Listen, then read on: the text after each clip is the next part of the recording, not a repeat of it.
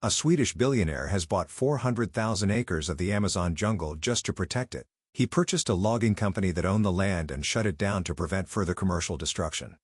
Eric Hallstrom stood alone at the floor-to-ceiling windows of his Stockholm penthouse. The winter city sprawled beneath him like a frozen chessboard. The sky was a bruised blue, the sun already low even though it was only afternoon, casting a cold glow over the minimalist apartment that felt too quiet for a man worth billions.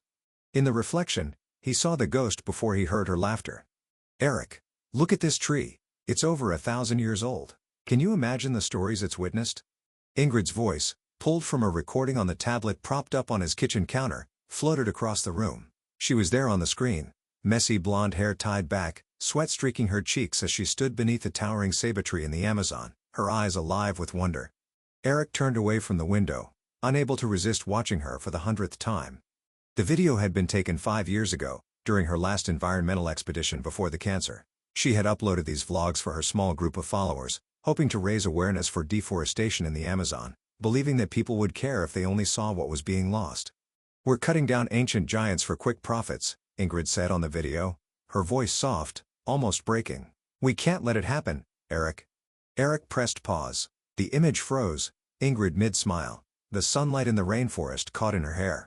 They had fought about it, back then. He had told her it was impossible, that the systems were too big, the corporations too powerful, the corruption too deep. She had told him that if he truly loved her, he would at least try. She died believing he wouldn't.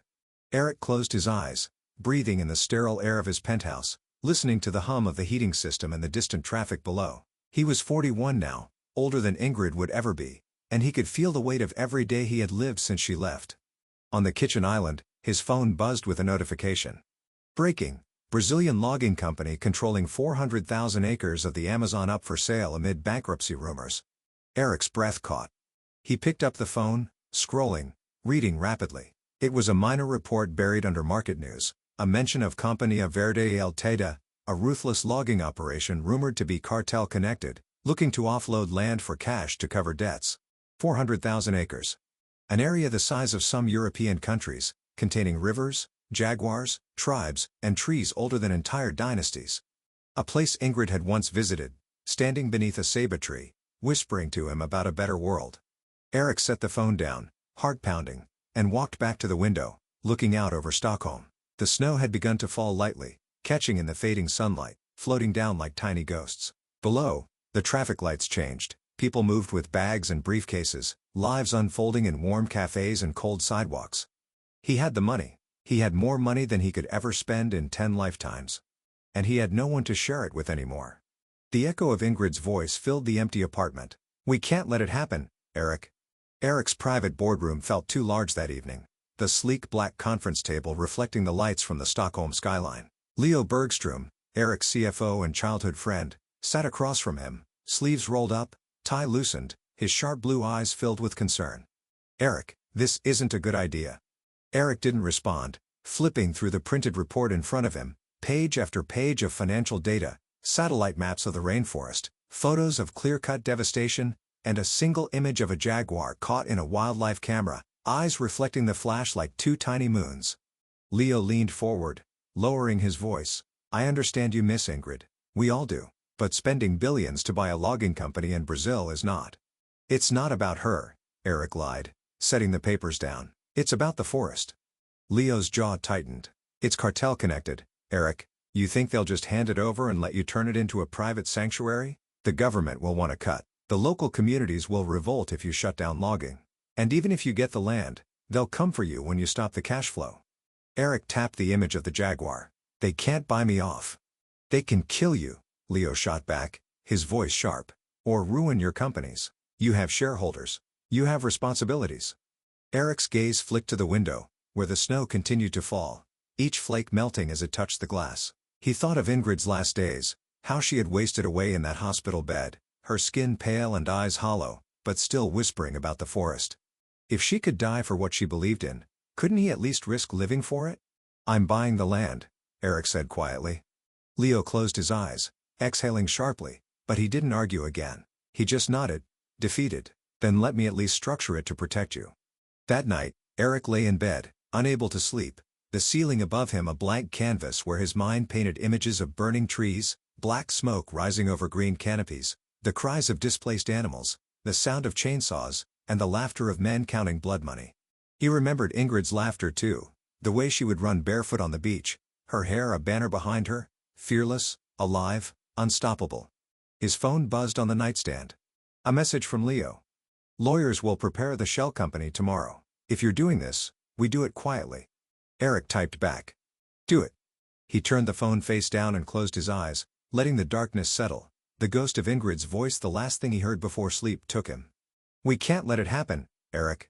The next morning, Eric Hallstrom began the process of buying 400,000 acres of the Amazon rainforest, not to exploit it, but to protect it forever. The private jet descended through thick clouds, the windows fogged with humidity as the Amazon unfolded below like an endless, breathing ocean of green, rivers twisted like silver veins, patches of red earth and black scars of clear-cut land scattered across the canopy. Eric Hallstrom pressed his forehead against the cool glass, the vibration of the engines a low hum beneath him. For a moment, he felt the weight of what he was about to do. 400,000 acres, hundreds of rivers, thousands of species, tribes with languages the world barely knew, all reduced to lines on a contract. And he was here to buy it.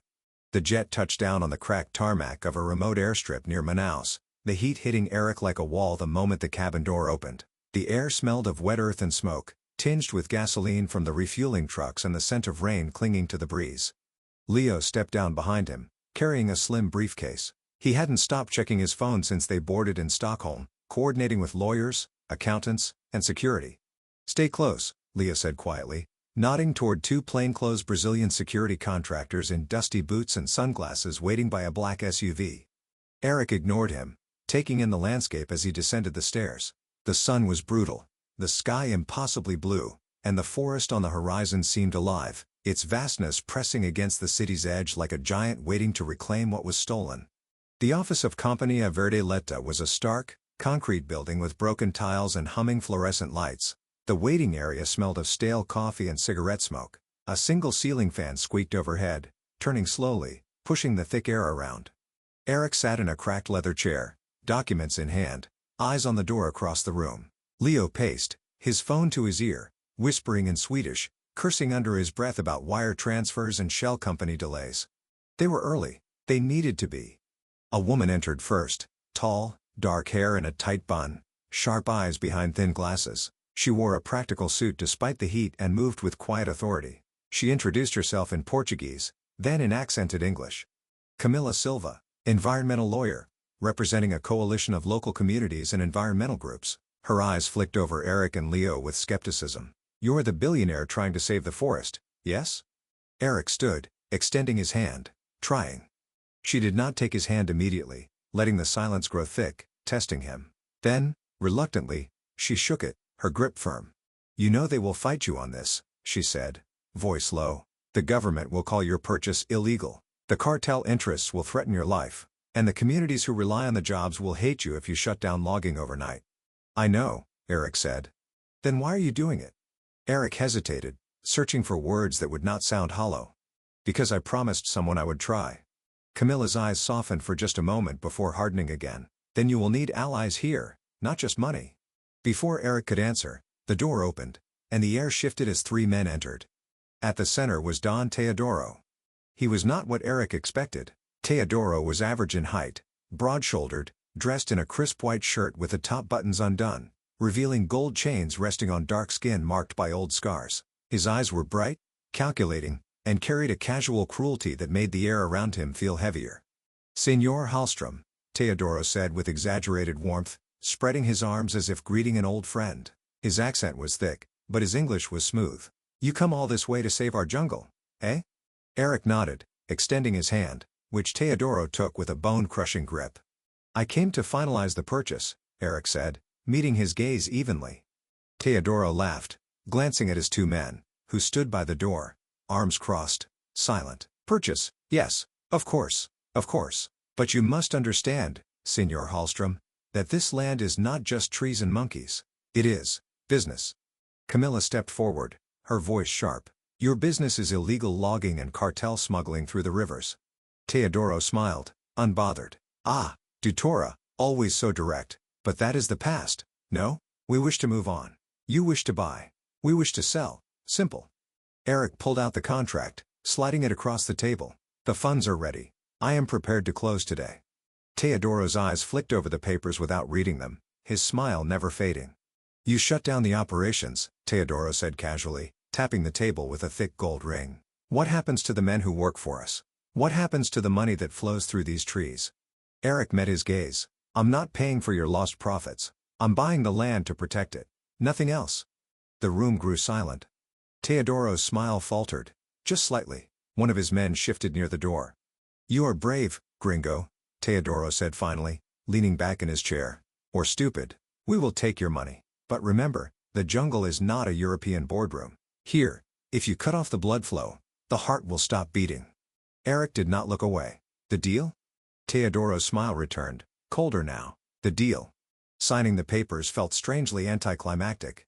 The cheap pen scratched across the thin paper, each signature binding Eric to the promise he made to Ingrid, each stroke closing the door on the billions he could have made from the timber, the gold beneath the soil, the water rights, the development deals that could have multiplied his wealth. Instead, he was trading that potential for the chance to keep the forest alive. When it was done, Teodoro stood, folding the papers carefully, sliding them into a worn leather briefcase. Congratulations, Signor Hallström. You now own your jungle. Camilla stepped forward, adding her signature as a witness, her eyes meeting Eric's with a flicker of something like respect. Teodoro snapped his fingers, and one of his men handed Eric a small box. A gift, Teodoro said, smiling. Eric opened it. Inside was a single bullet, polished, resting on red velvet. In case you forget how the jungle works, Teodoro said softly, leaning close, his breath hot against Eric's ear. And remember, you cannot save the jungle if you are dead. They left the office under the heavy sun, the sounds of the city around them, a motorbike revving, a child laughing, a distant radio playing samba. Eric stepped into the SUV, the door slamming shut behind him, the air conditioning blasting cold relief. Leo exhaled slowly, rubbing his temples. You did it, Leo said, his voice flat with disbelief. You really did it. Eric stared out the window as they pulled away, the city streets passing in a blur. The forest rose on the horizon, endless, alive, waiting. Yes, Eric said quietly, clutching the box with the bullet inside. Now we protect it. That night, Eric sat alone in the small eco-lodge Camilla had arranged for him on the forest's edge. The sounds of the jungle were a living orchestra, crickets, frogs, the distant calls of howler monkeys, the rustle of leaves as the wind moved through the canopy. Ingrid's voice returned to him, carried in the breeze. Promise me you'll try, Eric. He closed his eyes, breathing in the scent of wet earth, sweat, and wood smoke, the weight of the contract and the bullet heavy in his pocket. I promise, he whispered to the dark. Outside, the jungle pulsed with life, unaware that it now had a keeper. The sky was still dark when Eric stepped off the narrow boat and onto the muddy riverbank. The air was heavy with the scent of damp earth, rotting leaves, and wood smoke drifting from distant villages. Every breath felt thick in his lungs, humid and alive. Above him, the forest towered, a cathedral of green. The first birds had begun their dawn calls, a chaotic, beautiful chorus echoing across the canopy. Mist clung to the branches, drifting lazily as the river behind him whispered against the mud. This was it. His land, Ingrid's forest. 400,000 acres of tangled roots, twisting vines, hidden creatures, and secrets the world would never see if it vanished. He looked down at his boots, already soaked with mud, and realized how small he felt. Camilla was waiting at the edge of the clearing, her hair tied back in a loose braid, dark circles beneath her eyes. She wore worn cargo pants and a faded green shirt with an environmental organization's logo nearly invisible from years of washing. In her hand was a tablet covered in a plastic sleeve, displaying a satellite map of the land Eric now owned. Welcome to your kingdom, she said dryly, not looking up as he approached. Eric adjusted the strap of his backpack. I'm not here to rule it. She finally glanced up, her eyes hard. That's not what the people here think. They began walking along a narrow trail, mud sucking at their boots, insects buzzing in clouds around them. Giant trees loomed above, shafts of light breaking through the canopy in golden columns. Most of them think you're a rich foreigner who just stole their jobs, Camilla continued. Logging was all they had, even if it was killing this place. You took that away overnight. Eric stepped over a fallen branch, pausing to watch a line of leafcutter ants marching across the path, each carrying a bright green shard on its back. I didn't come here to hurt anyone.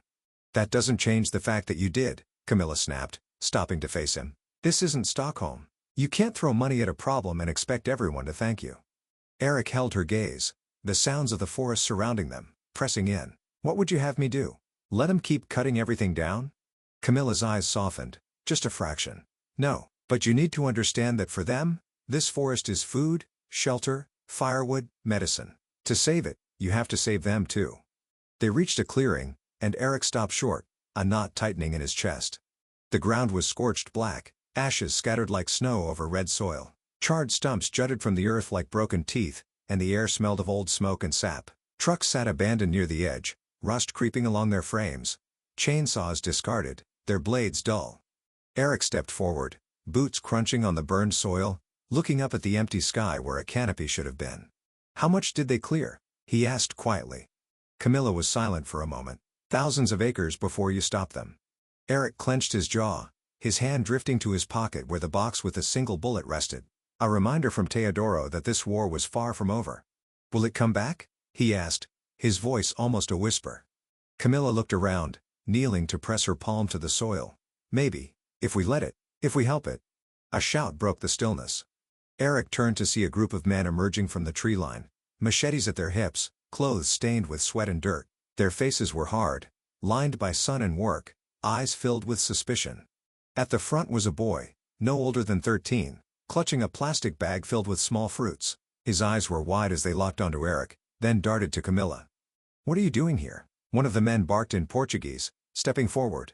Camilla raised her hands calmly, speaking to them in rapid Portuguese. Eric caught fragments. Foreigner, land, not here to fight, but the men's expressions did not soften. The boy stepped forward, ignoring the older man's attempt to pull him back. Is it true? The boy asked in accented English, his voice shaking. You stopped the work? You stopped my father's job? Eric looked at the boy, seeing the thinness of his arms, the dirt on his shirt, the fear in his eyes. I bought this land to protect it, Eric said carefully, not to hurt your family. The boy's jaw trembled. We have nothing now. Nothing. One of the men shoved the boy back, glaring at Eric. We will take the wood at night if we must. We will feed our children. Camilla stepped in front of Eric. If you take the wood, the forest dies. Then there will be nothing left for anyone. The man spat on the ground. Better dead tomorrow than starving today. They turned and disappeared into the trees, leaving Eric standing in the ashes. That night, Eric sat outside the small lodge, a kerosene lantern casting a weak glow against the darkness. The forest came alive at night, a tapestry of sounds, frogs calling, insects buzzing, branches creaking, something large moving through the underbrush. He stared at the flames of the lantern, the shadows dancing across his tired face. Camilla sat nearby, knees drawn to her chest, watching him. You saw it today, she said quietly. What this means? Eric nodded, rubbing his forehead. They hate me. They don't hate you, she replied. They fear what you took from them. You can't just protect the forest, Eric. You have to protect the people who live with it. He looked up at her, the lantern light flickering in his tired eyes. How? Camilla took a deep breath, glancing at the dark forest beyond. We teach them. We build something better than logging. Agroforestry, ecotourism, sustainable harvesting, reforestation work. It's slow. It's hard. It's dangerous. But it's the only way. Eric opened the box with the bullet, turning it over in his hand, feeling its cold weight. They won't let us do it, he whispered. Teodoro, the cartels, the corrupt officials. Camilla's eyes hardened. Then we fight. Eric looked at the bullet again, then at Camilla, the determination in her gaze reflecting back at him like a mirror. In that moment, Eric realized protecting the forest was not just about stopping the chainsaws. It was about building something worth protecting. And he would. For Ingrid. For the boy in the clearing. For the jaguar he had seen in the photograph. For the forest. The lantern hissed softly as the flame danced. In the darkness, the Amazon pulsed with life, whispering promises of survival to those brave enough to listen. And Eric Hallström, the reclusive Swedish billionaire, closed his hand around the bullet and made a silent promise to the forest. I will not let you die. Eric stood in the middle of the dusty clearing that served as Company of Erd's logging yard, the morning sun already hot on his neck. Chainsaws lay silent, fuel drums stacked neatly against rusting equipment. Trucks loaded with timber logs sat idle, their drivers smoking and staring at him with blank, hard eyes. Leo stood at Eric's side, a clipboard in hand, his shirt sticking to his back with sweat. A local lawyer read out the final legal orders in Portuguese, her voice steady despite the tension radiating from the workers gathered around them. Camilla translated softly, her eyes never leaving the growing crowd. "They don't believe you will shut it down," she whispered. "I will," Eric replied. A low murmur spread as the lawyer finished. A man stepped forward from the workers, broad-shouldered, wearing a torn football jersey and muddy jeans. His eyes were red with exhaustion and anger. "You can't just shut it down," he shouted in Portuguese. Eric met his gaze, Camilla translating. "I'm the legal owner now. The logging operations end today." "Then how will we eat?" another man yelled, stepping forward. "How will we feed our families, gringo?" Eric's jaw tightened. "We will find another way." "There is no other way," the man shouted, throwing down his cigarette and stepping closer. The crowd pressed in, voices rising, anger and fear blending into a single, choking heat. Camilla raised her hands, trying to calm them, speaking quickly, but the words were drowned out by shouts. "Who will pay us now? We need the wood. You will leave, and we will starve." Leo's hand hovered near his phone, ready to call the security detail waiting near the trucks. Eric raised his hand, and somehow, the shouting died down enough for him to speak. "I didn't come here to hurt you. I came here to protect this forest." "Protect it?" the first man spat. "We don't eat trees." Eric's mind flashed to the boy in the clearing, clutching a bag of fruit, terrified of losing what little they had. He felt the weight of Ingrid's promise pressing against his ribs. "I will help you," Eric said, forcing the words past the tightness in his throat. "I will find ways for your families to survive without killing the forest. Agroforestry, ecotourism, reforestation jobs." The man laughed bitterly, shaking his head. "Dreams, gringo. We can't eat your dreams." The workers dispersed slowly, muttering, their eyes cold as they glanced back at Eric. The chainsaws remained silent, the forest line behind them an unbroken wall of green. Camilla stood beside him, arms crossed, her jaw set. "You did the right thing," she said quietly. "Then why does it feel like I just became their enemy?" Eric replied, staring at the ground. "Because to them, you have," she answered simply. They drove to a small village on the river's edge, wooden huts raised on stilts, chickens scratching in the dirt, children running barefoot, laughter echoing against the rustle of the trees. The river shimmered, reflecting the clouds drifting across the sky.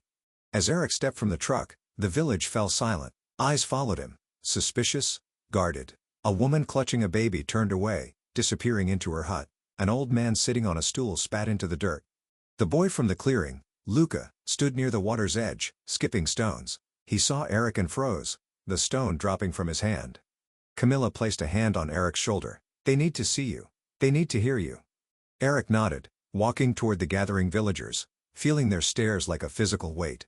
They gathered near a small meeting hut, a simple structure of wood and thatch, the air inside thick and warm. Eric stood before them, Camilla at his side, translating as he spoke. "I know you are afraid," Eric began. "I know you think I have taken your future from you. But I promise you, I am not here to destroy your lives. I am here to protect this forest for you, for your children, and for the world." A murmur rippled through the crowd. "You speak of protection," an older woman said, her voice shaking with anger, "but you have taken the only way we know how to live." Eric's chest tightened. "I will bring opportunities here." "When?" a man interrupted. "We need to feed our families now, not in your future plans." The room felt suffocating, the weight of every gaze pressing down on Eric. He thought of the luxury of Stockholm, of the clean glass towers, of the sterile boardrooms where plans could be made without people starving in the process.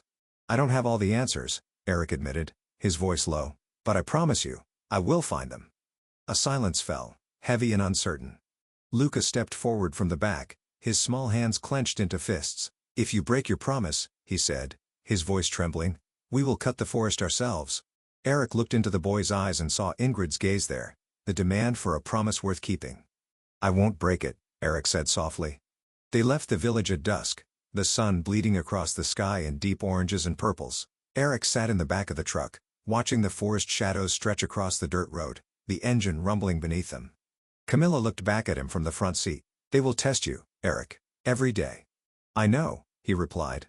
"Teodoro won't stay quiet either," she continued, her voice dropping. "He profits when they are desperate enough to work for him again." Eric's hand brushed against the box in his pocket, the bullet inside cold against his fingertips, a reminder of what was at stake. That night, Eric lay awake in the small lodge on the edge of his land, listening to the hum of insects, the distant call of a jaguar echoing through the darkness. The air smelled of rain, the forest breathing around him. He thought of the faces in the village, of the boy's trembling voice, of Ingrid's laughter as she stood beneath the ceiba tree. "Promise me you'll try, Eric." Lightning flashed in the distance, illuminating the trees for a brief moment before darkness swallowed them again. "I'm trying," Eric whispered into the dark. Outside, the first drops of rain began to fall, tapping softly against the tin roof like a heartbeat, steady and patient. The rain came down hard, drumming on the tin roof of the lodge as dawn broke in gray light. Water dripped from the eaves, forming muddy rivulets around the stilts, while the forest steamed with heat and humidity, the air thick enough to taste. Eric sat at the small wooden table, nursing a cup of bitter coffee. Leo paced the cramped room, phone in hand, a line of sweat darkening the collar of his shirt. "They're threatening to seize your accounts in Brazil," Leo snapped, waving the phone. "The local officials say you didn't follow all the environmental compliance steps before shutting down operations." Eric rubbed his temples. "We own the land." "That doesn't matter here," Leo shot back. "Teodoro's got friends in government. They're coming for you, Eric." "Let 'em come," Eric replied, his voice calm, though his stomach twisted. Leo threw up his hands. "You think you're a hero, but you're going to end up dead in a ditch." Camilla stood in the doorway, rain dripping from her poncho, her hair plastered to her face. She had been out all morning, visiting the nearby village to calm tensions. "They're not bluffing," she said, pulling off the poncho and hanging it on a nail by the door. "Teodoro's men are watching the road. They want to scare you." Eric sipped the coffee, the bitterness grounding him. "I won't leave." Camilla's eyes flicked to him, something unreadable in her gaze. "Then you need to be ready." They walked the land in the rain, checking the river's edge where loggers used to drag cut trunks into waiting boats. The river was swollen and brown, flowing fast, branches and leaves swirling in the current. Eric paused under a massive kapok tree, its roots twisting like ancient sculptures, the rain pattering softly on its wide leaves. "Teodoro won't give up," Camilla said, standing beside him. "To him, this forest is money. Every day you keep it standing, he loses." Eric looked up at the tree, water dripping from his hair into his eyes. "How did you get involved in this, Camilla?" She was silent for a moment, the rain masking the sounds of the forest. "My father was a logger," she said finally. "Worked for men like Teodoro. One day he refused to work a shipment they were using to smuggle weapons. They made him disappear." Her jaw tightened. "I promised myself I would protect this forest and the people who live in it, even if it kills me." Eric turned to her, rain running down his face. "It won't kill you." She met his gaze, her eyes hard. "Don't make promises you can't keep, Eric." That night, the warning came.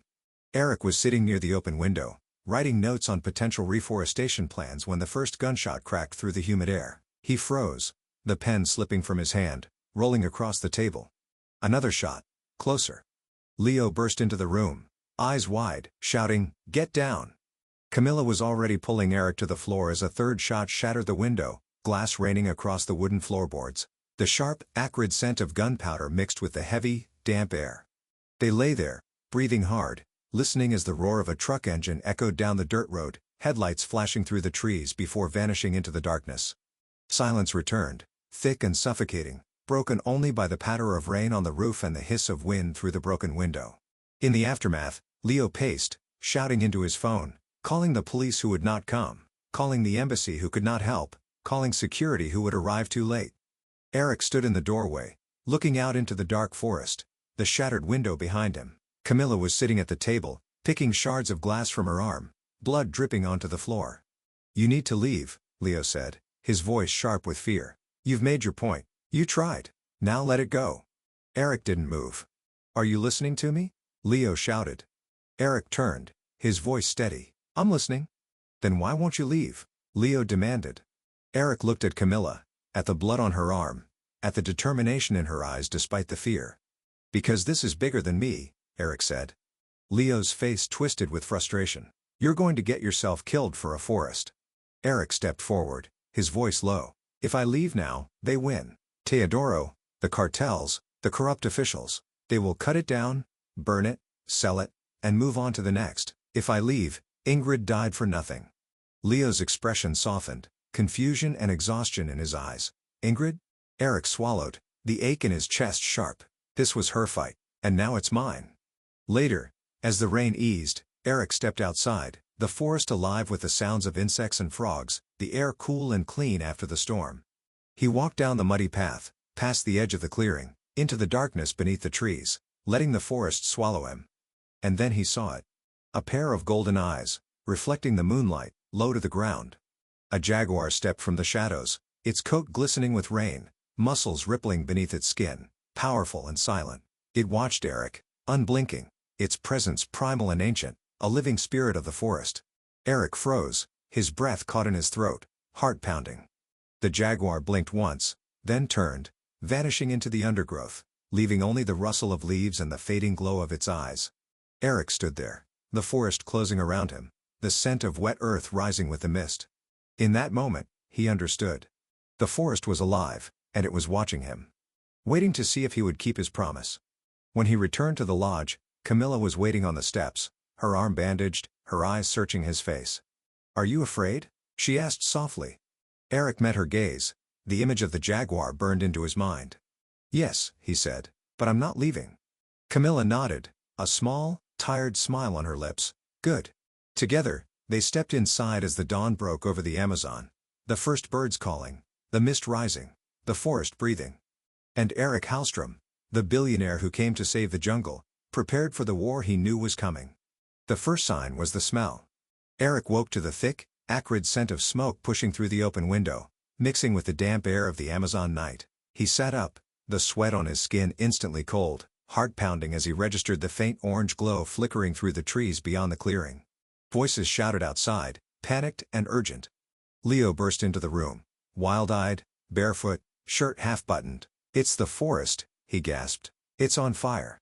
Eric swung out of bed, pulling on his boots, the smell of smoke growing stronger, the glow outside pulsing against the darkness. Camilla was already outside, a scarf tied over her mouth, flashlight in hand, shouting orders to a group of villagers who had arrived with buckets and machetes, eyes wide with fear. "Teodoro's men," she shouted over the crackling of flames carried on the wind. "They started it." Eric stood for a moment, frozen, watching embers drift like angry fireflies into the night sky, the forest beyond the clearing burning, orange and red licking at the darkness. "Help me," Camilla snapped, pulling him back to the moment. He ran to her, grabbing a shovel, the heat hitting them in waves as they moved toward the tree line where the fire raged. The fire was alive. It roared through the undergrowth, consuming dry leaves and branches, leaping from tree to tree, sending showers of sparks into the canopy. The smoke was thick, choking, stinging Eric's eyes as he swung the shovel, beating at small flames trying to spread toward the village.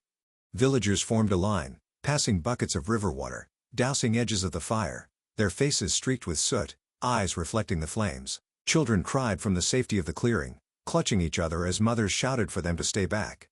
A tree cracked, its trunk splitting as flames crawled up its bark, the sound like a gunshot as it fell, sending up a geyser of sparks. Camilla shouted, "Keep the line here. If it jumps, the whole village will go." Eric's arms burned with exhaustion as he shoveled dirt onto a creeping line of fire, the heat blasting against his face, sweat pouring into his eyes. A young man stumbled next to him, coughing, eyes wide with fear. "We can't stop it," the young man shouted. Eric grabbed his arm. "If we don't, everything burns." The young man looked at him, breathing hard, then nodded, turning back to help form a firebreak with the others, swinging machetes to clear brush, shoveling dirt, dousing flames with muddy water. Hours passed. The fire raged, but the villagers fought, forming lines, passing buckets, cutting down small trees to prevent the flames from leaping. Eric felt every muscle screaming, lungs burning with smoke, hands blistered as he beat back a flare trying to crawl across the dirt path. His vision swam with heat, the world reduced to orange, black, and red. A sudden gust of wind blew embers across the firebreak, igniting a patch of dry leaves near the huts. "No!" Eric shouted, stumbling toward the new flames, swatting at them with his shovel. The villagers rallied, dousing the spot with water, smothering it with dirt, stamping it out with boots, their cries rising above the roar of the fire. Finally, as dawn broke over the forest, the rain returned, heavy drops falling, hissing as they struck the flames. Steam rose in thick clouds, and the fire, at last, began to die. Eric collapsed to his knees in the mud, the rain washing soot from his face, mixing with tears he did not realize were there. Around him, the villagers sat, leaning on each other, exhausted but alive, the air thick with smoke and the smell of burned wood. Camilla sank down beside him, pulling off the scarf, her face streaked with black, her eyes red but alive with determination. "You did it," she said softly. Eric shook his head, looking out at the smoldering forest, blackened trunks and ashes where green had stood. "We did it," he replied, voice raw. Later, they walked the edge of the burned area, rain still falling, steam rising from the scorched earth. A man from the village, the same one who had yelled at Eric during the shutdown, approached, his hat in his hands, eyes downcast. "My son helped last night," the man said in Portuguese, Camilla translating. "He saw you fighting to save the trees." Eric met the man's eyes, waiting. The man looked away, then back, his gaze softer. "Maybe you are not the enemy." A small, tired smile touched Eric's lips. "We need to work together. If we don't, we all lose." The man nodded slowly, turning back to help clear debris. As the sun broke fully over the forest, shining through the mist and smoke, Eric stood in the mud, looking at what remained. He saw charred earth, blackened trunks, but he also saw the villagers working together, children helping to carry water, women gathering what was salvageable, men cutting down dangerous burned limbs to prevent further damage. And he saw the forest, still standing beyond the fire line, alive, breathing, waiting. Camilla stepped beside him, her shoulder brushing his. "They wanted to scare you away," she said. "They failed," Eric replied. Camilla looked up at him, a small smile breaking through the exhaustion. "Good." That night, Eric sat under the stars near the river, the scent of rain and burned wood mixing in the cool air. The water moved quietly, reflecting the moonlight in broken ripples. He opened his notebook, hands still shaking, and began to write. "Reforestation. Start immediately with the village. Offer jobs. Pay them to plant and protect. Agroforestry education. Fruit trees, Brazil nuts, coffee under canopy. Partner with universities. Create a local patrol team to prevent illegal logging." He paused, looking up at the moon, thinking of Ingrid, of her laughter in the rain, her voice as she stood under the ceiba tree. "Promise me you'll try." Eric closed his eyes, breathing in the damp air, the sounds of the forest alive around him. "I'm trying," he whispered. And in the dark, across the river, a pair of golden eyes watched him. The jaguar blinked, turned, and disappeared into the forest, leaving Eric with the certainty that he was no longer fighting alone. The rain had stopped, but the forest was soaked, dripping from every leaf, every branch, the ground soft beneath their boots as Eric and Camilla walked through the burned area. Blackened stumps jutted from the mud, steam rising as the morning sun burned through the mist. Between the charred remains, villagers moved, planting small saplings, pressing dark, damp soil around fragile green stems. Children carried baskets of seeds, barefoot, mud up to their knees, laughter breaking the heavy air as they splashed each other with water from the river. Mothers followed, guiding small hands, showing them how to press seeds into the earth. Eric watched, his hands on his hips, mud streaking his jeans, sweat already dampening his shirt despite the morning cool. "It's working," Camilla said quietly, her eyes on a young mother kneeling beside her daughter, helping her pat soil around a seedling. "For now," Eric replied, his eyes scanning the tree line, half expecting to see Teodoro's men watching. They returned to the village as the sun climbed, the heat rising in waves from the dirt paths, the scent of wet earth thick in the air. Leo was waiting near the lodge, a stack of papers in his hands, sweat glistening on his forehead. "You're burning through cash," Leo snapped, waving the papers. "Payments to villagers, buying saplings, hiring forest monitors, fuel for patrol boats, it's already past what you budgeted for the year." Eric took the papers, glancing over the numbers without emotion. "It's necessary." Leo shook his head. "You can't buy off the world's problems, Eric." "I'm not buying them off. I'm investing in them," Eric replied, folding the papers carefully. "If they can feed their children while protecting the forest, they'll choose to protect it." Leo's mouth twisted. "You think it's that simple?" "No," Eric said, looking out at the forest, "but it's a start." Later, they gathered in the village clearing, the air buzzing with insects, the villagers forming a loose circle around Eric and Camilla. Eric stepped forward, holding a clipboard, his voice clear but quiet. "I will pay you to protect this forest," he said. "To plant, to watch for illegal loggers, to care for the land that has cared for you." The villagers murmured, exchanging glances, the older men frowning, the women clutching their children's hands. "We can't eat trees," one man said, the same man who had once threatened Eric in anger. "You can eat the fruit they will grow," Eric replied. "You can sell them. You can harvest Brazil nuts, cacao, coffee. The forest can feed you if you let it." Silence. Then, slowly, the young man who had helped fight the fire stepped forward, mud still on his boots. "I will help," he said. A woman followed, then another, until a small group had stepped forward, their faces cautious but determined. Eric felt something loosen in his chest, a small knot of fear unwinding, replaced by cautious hope. That night, the wind shifted. Camilla stood near the river, washing soot from her arms, the moonlight glinting on the water. Eric approached, his footsteps soft on the wet earth.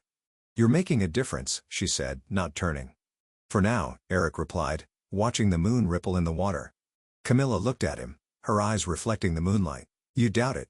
"I don't doubt the forest," Eric said. "I doubt the men who want to destroy it." Camilla's gaze softened. "Teodoro won't stop. You know that." "I know," Eric replied. She hesitated, then said, "My father thought he could outsmart them. Thought if he worked hard enough, they would leave him alone. But the jungle isn't just trees, Eric. It's power, territory, money."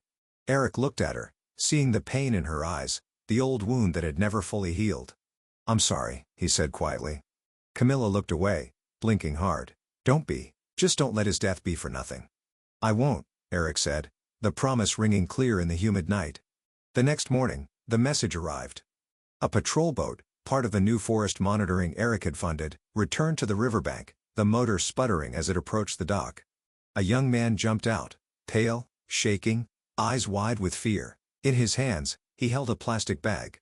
Camilla stepped forward, taking the bag from him, her hand steady as she opened it. Inside was a jaguar's paw, severed, the fur stained with blood, the claws still sharp, curled as if reaching for something it would never touch again. Eric felt the world tilt, bile rising in his throat as he looked at the lifeless paw, the symbol of the forest's power now a brutal trophy. "They found it on the trail," the young man stammered. "Teodoro's men. They wanted you to see." Camilla's face was stone, her jaw tight, her eyes burning with quiet rage. "It's a warning," she said, her voice low. Eric clenched his fists, his breath shaking. "No," he said finally. "It's a line." That night, Eric gathered the villagers again. He held up the plastic bag, the severed paw inside, the children shrinking back, the adults watching with wide, fearful eyes. "This is what they think of this forest," Eric said, his voice steady, echoing in the humid air. "They think they can kill it, piece by piece, until there is nothing left." Silence. "Will you let them?" he asked. A murmur moved through the crowd, fear and anger mixing in the humid darkness. Camilla stepped forward, her voice clear. "Or will you stand with us to protect it?" The young man from the fire stepped forward again, his jaw set. "I will stand." One by one, hands rose, hesitant but determined, until nearly every hand was raised. Eric nodded, the fear in his chest replaced by something sharper, harder. Hope turned to resolve. That night, Eric stood alone at the edge of the forest, the severed paw buried beneath the kapok tree where he had first understood what he was fighting for. The forest was silent, the air thick with the scent of damp earth and leaves, the moon high and bright, illuminating the path ahead. Lines drawn, Eric whispered to the darkness. A rustle in the undergrowth made him turn, heart pounding. For a moment, he thought he saw golden eyes, watching from the shadows, unblinking, ancient, and patient. And then they were gone, leaving only the whisper of leaves and the promise of dawn. They came at dawn. Eric was reviewing reforestation plans with Camilla and Leo at the lodge table, the weak light of early morning spilling across maps and planting charts, when the first shouts echoed from the edge of the village. A child ran past the window, barefoot, eyes wide, screaming for her mother. The ground shook slightly with the low growl of engines. Leo ran to the window, cursing. "Trucks." Camilla grabbed her machete and swung it over her shoulder, her jaw set, eyes already blazing with the readiness of someone who had been waiting for this day. Eric stepped outside, heart pounding, as two large trucks rolled into the clearing, tires grinding over the damp earth, engines rumbling as they came to a stop. Men with machetes and rifles jumped down, faces hidden by scarves, their movements casual, confident, practiced. At the front, a man with a clean white shirt and a gold watch stepped down, adjusting his sunglasses as he looked around the village like a man inspecting property. "Teodoro's lieutenant." He smiled as he saw Eric. "Senor Hallstrom," the man called, spreading his arms as if welcoming a guest. "You are making things difficult for us." Camilla stepped in front of Eric, her hand resting on the machete's handle. "You're trespassing," she snapped. The man's smile widened. "All of this is ours, señorita. Always has been."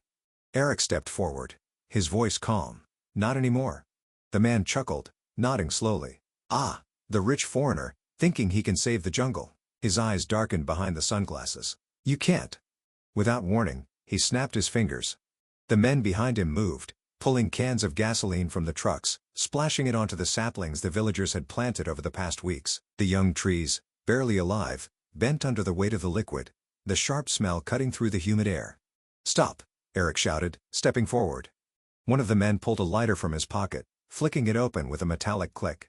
Eric lunged, but Camilla grabbed his arm, holding him back with surprising strength. "Not now," she hissed.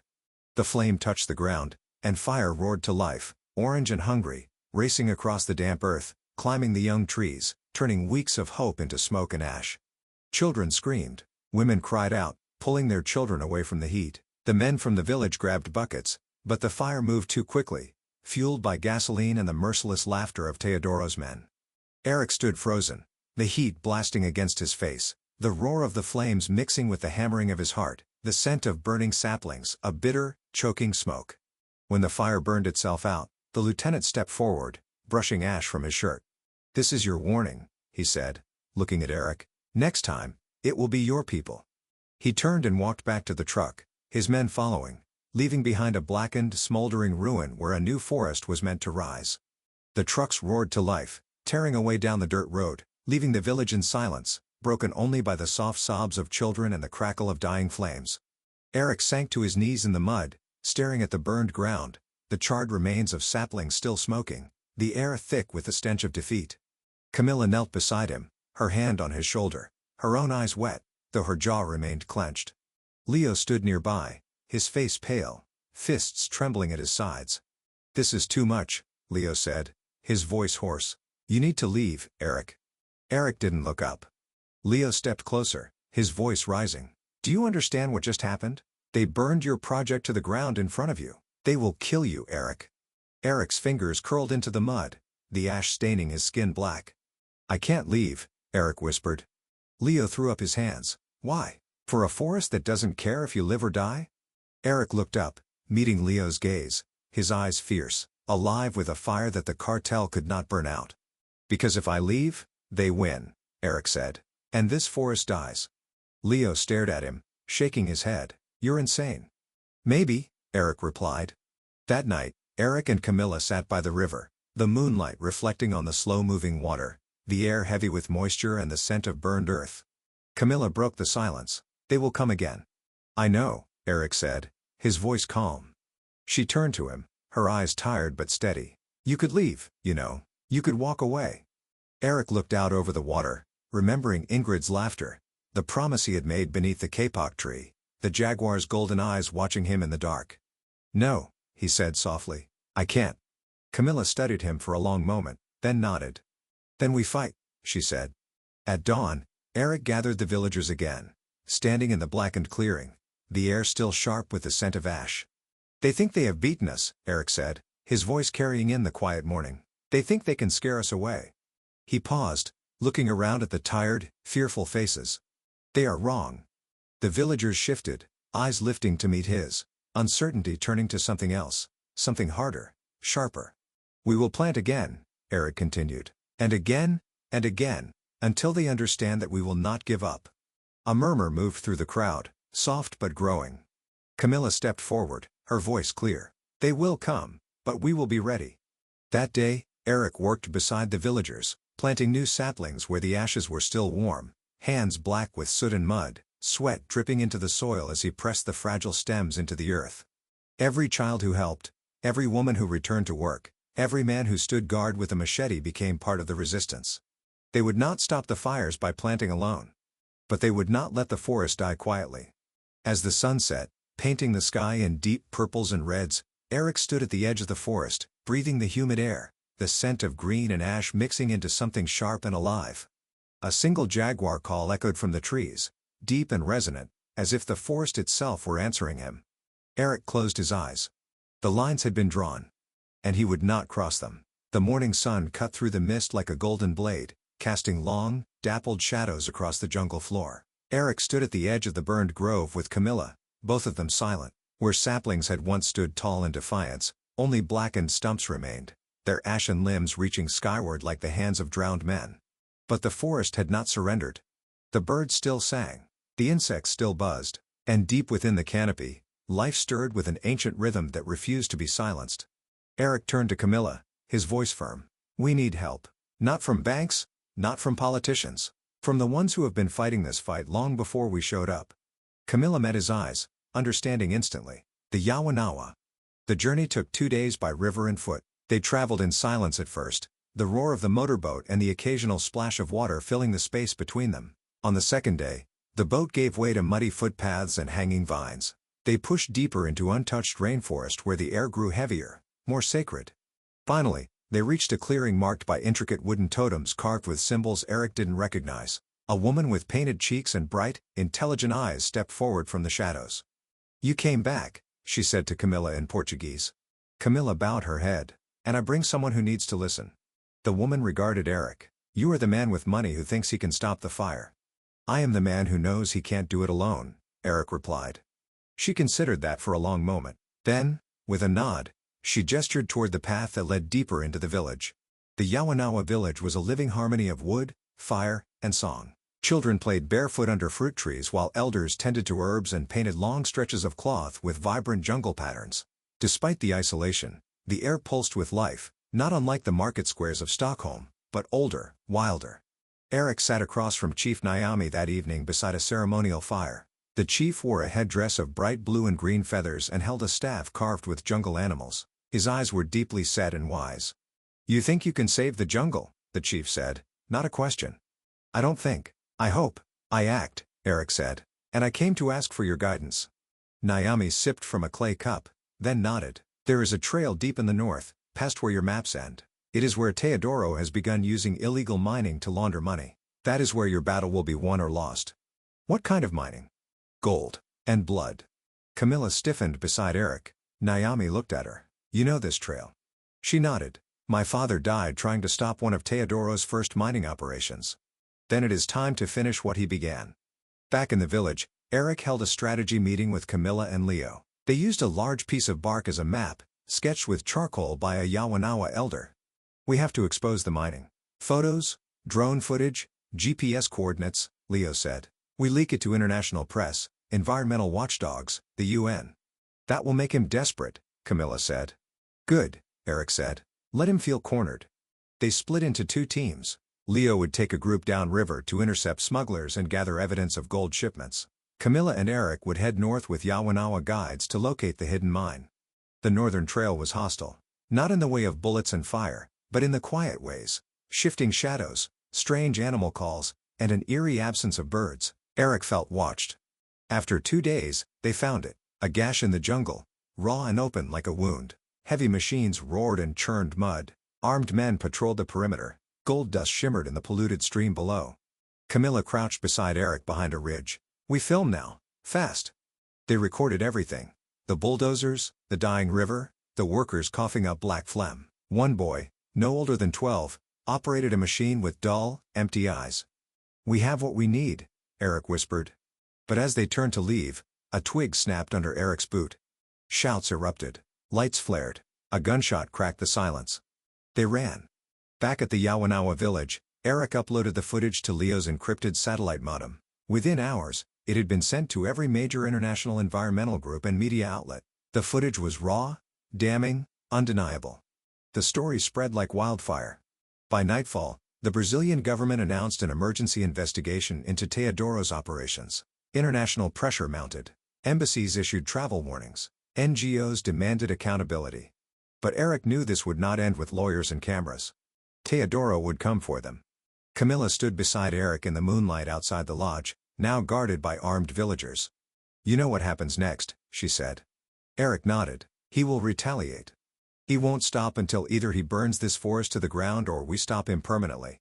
Eric turned to her. "Then we stop him. Together." She looked at him, and for the first time since they met, she didn't look like someone carrying the weight of loss. She looked like someone about to win. And deep within the trees, the jungle waited. Alive, listening, ready. The jungle was silent.